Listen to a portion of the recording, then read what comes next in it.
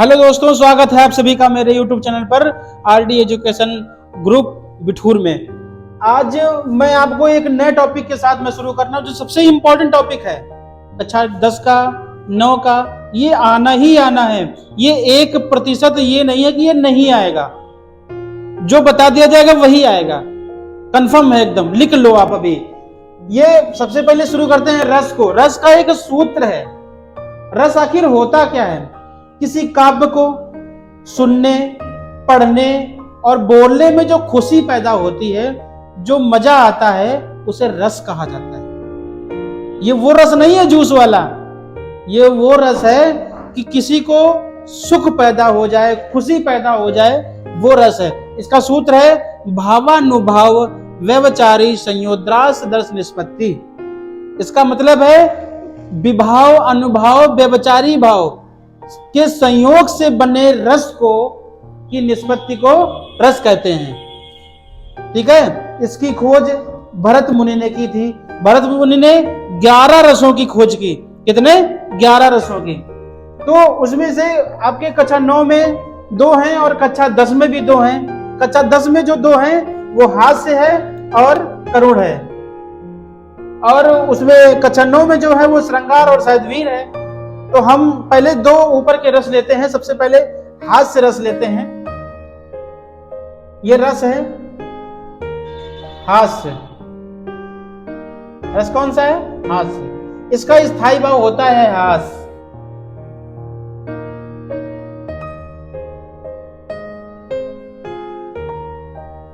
हास्य का क्या होगा? मजाक, मजा आना। इसका जो परिभाषा है वो परिभाषा ऐसे लिखी जाती है। किसी भी रस की कोई परिभाषा हो, परिभाषा एक जैसी होती है, लेकिन उसमें बदला क्या जाता है वो हम बता रहे हैं आपको। मतलब जहां हर एक रस की परिभाषा ऐसी होती है, जहां स्थायी भाव क्या है? हास्य।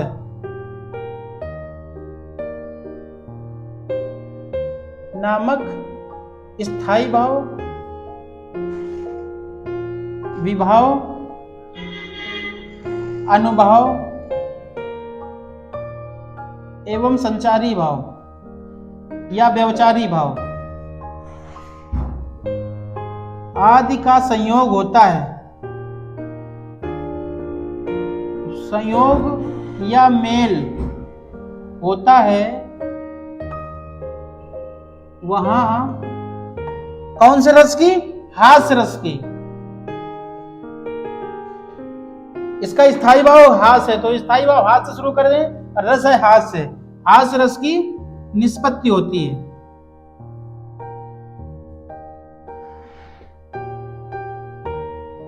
ठीक, ये हुई इसकी परिभाषा। परिभाषा सभी रसों की एक जैसी होती है, बस केवल स्थायी भाव बदल जाता है और रस बदल जाता है। जैसे यहाँ करुण रस है तो करुण रस का स्थायी भाव होता है शोक। तो जहां यहाँ हास्य की जगह शोक कर देना है और रस कौन सा हो जाएगा आपका? करुण।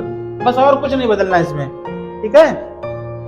इसका उदाहरण देख लेते हैं। इसके कई भाग भी होते हैं, आलम्बन, उद्दीपन, ये सब भाव इसके हैं, लेकिन हम मेन चीजें देख रहे हैं, परिभाषा और उदाहरण। उदाहरण है इसका, जहां पर खुशी पैदा हो तो भगवान शिव शंकर की बारात में जो भूत प्रेत पिशाच गए थे, तो उनकी बारात देखकर लोग कुछ डर रहे थे, कुछ हंस भी रहे थे। कैसे उनके बाराती थे भगवान शिव के कि हंसिए सी बाजे,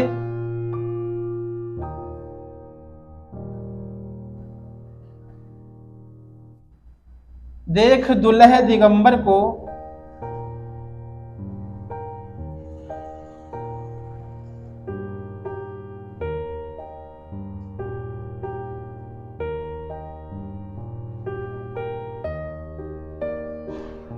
पाहुनी जो आवे,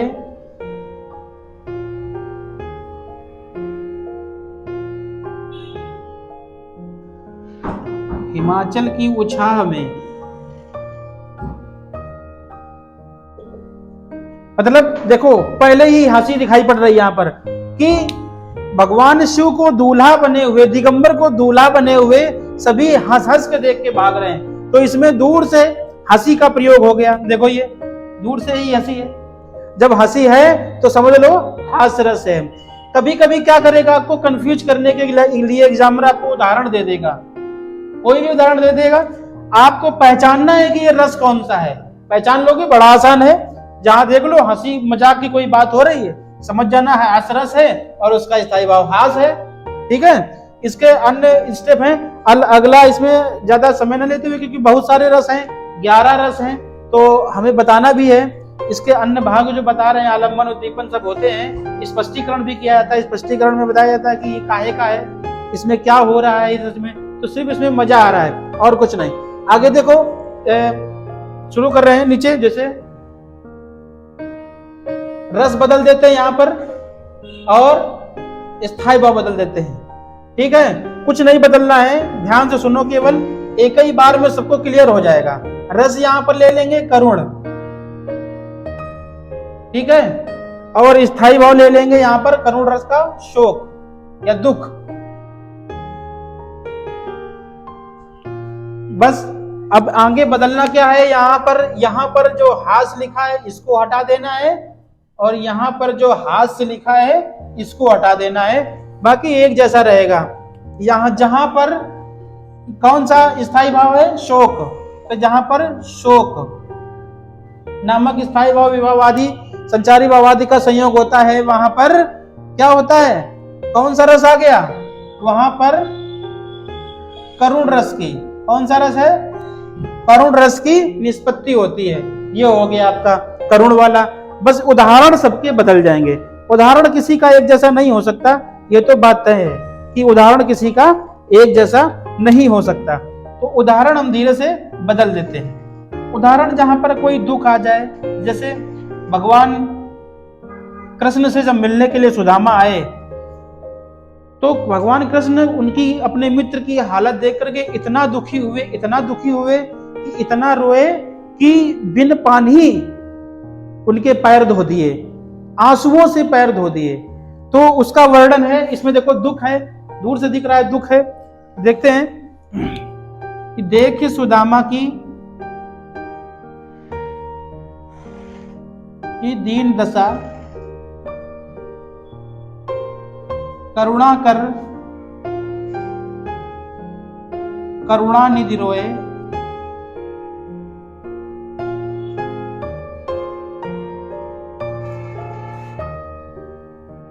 पानी परात को छुओ नहीं, नैनन के जल सो पग धोए।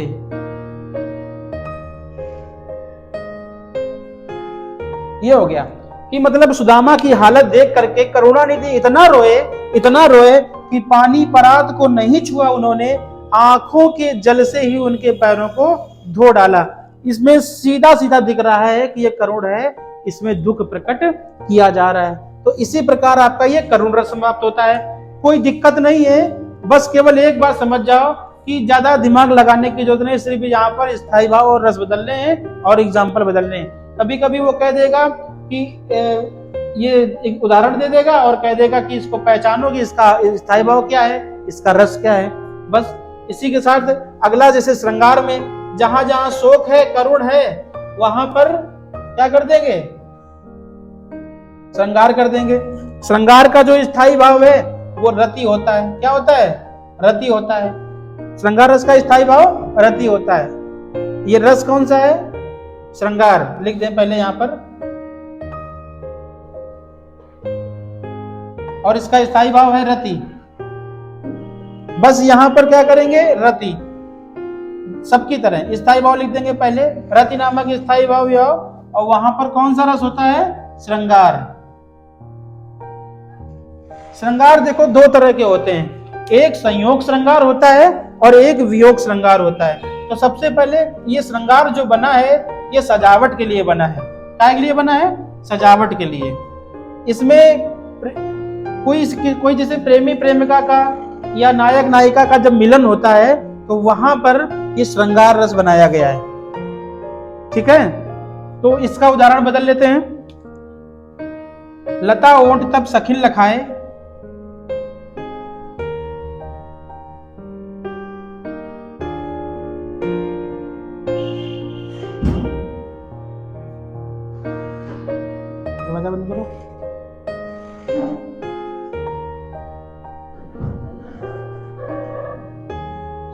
श्यामल गौर किशोर सुहाए।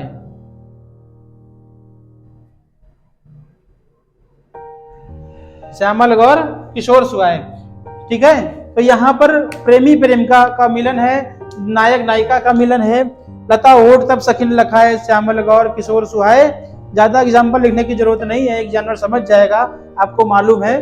तो ये श्रृंगार रस है, इसका स्थायी भाव रति होता है। ये यहाँ पर ये बदलना है, परिभाषा किसी की नहीं बदलेगी, बस वहां पर बदलना है। जो मैंने हल्का सा लाल कलर से लिख दिया है, लाल रंग से लिख दिया है, वही आपको बदलना है और कुछ नहीं बदलना, बस उदाहरण है, ठीक है। इसी के साथ आगे आता है वीर। तो श्रृंगार रस समझ में आ गया होगा सबको। तो वीर में क्या है, वीर जब कोई ताकत दिखानी होती है, जब किसी की वीरता दिखानी होती है, तो वहां पर वीर रस का प्रयोग करते हैं। वीर रस का जो स्थायी भाव होता है, ये रस है वीर, और वीर रस का स्थायी भाव है उत्साह। कौन सा है? उत्साह।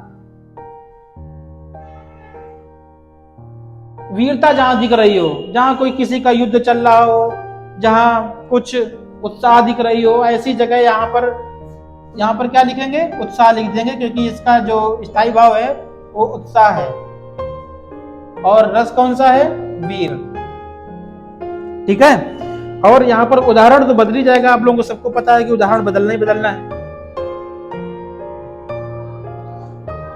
कुछ नहीं बदला। देखो यहाँ पर मैंने रस की जगह वीर कर दिया, स्थायी भाव की जगह क्या कर दिया? उत्साह कर दिया, और जहां उत्साह लिखा है और यहाँ पर वीर कर दिया, और कुछ नहीं बदला। देखो परिभाषा किसी की नहीं बदलेगी, 10 से 10 रसों की परिभाषा नहीं बदलनी है।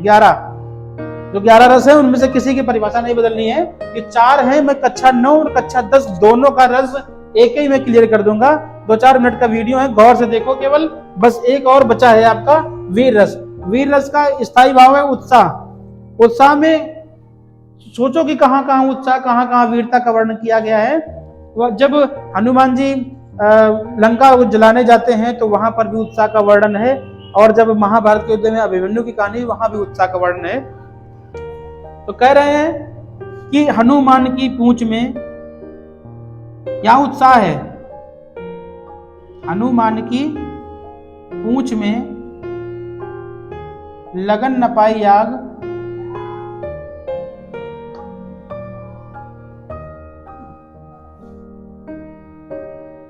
लंका सगरी जल गई, गए निशाचर बाग।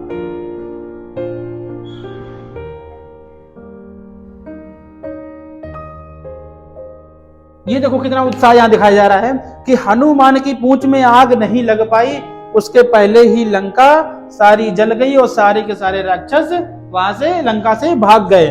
तो ये है आपका उत्साह। तो आप आज ने इसमें हमने 4 रसों का वर्णन किया है। रस तो बहुत है, लेकिन 9-10 में यही एक है मैटर, इसके अलावा कुछ नहीं आएगा। बिल्कुल कंफर्म है कि हास्य या करुण, दो ही में से कोई है, कितना बड़ा है ही नहीं। और कक्षा 9 में श्रृंगार और वीर, इसके ज्यादा और क्या है? उसमें कुछ नहीं है। तो 2 ही चीजें इसमें दिखाई जाएंगी आपको। 9 में हो तो श्रृंगार और वीर, और अगर हाई स्कूल में हो तो हास्य और करुण। दोनों को पढ़ लीजिए, परिभाषा सबकी एक जैसी है, बस सबके स्थायी भाव बदलते रहिए। और सबके उदाहरण मैंने आपको लिखवा दिया है, वीडियो पॉज करके अपना लगाते जाइए और अपना एग्जाम्पल लिखते जाइए। और वीडियो में दोस्तों अगर पसंद आया हो तो लाइक करें, सब्सक्राइब करें और शेयर करना बिल्कुल ना भूलें, क्योंकि अब की बार बहुत ज्यादा दिक्कत हो रही, लॉकडाउन की वजह से पढ़ाई नहीं हो पा रही। तो अपने मित्रों को शेयर कर दें ताकि उनके भी रस क्लियर हो जाए। ये कंफर्म है, 100% है कि ये 2 नंबर का आता ही आता है। ठीक है। जय हिंद मित्रों, जय हिंद, जय भारत।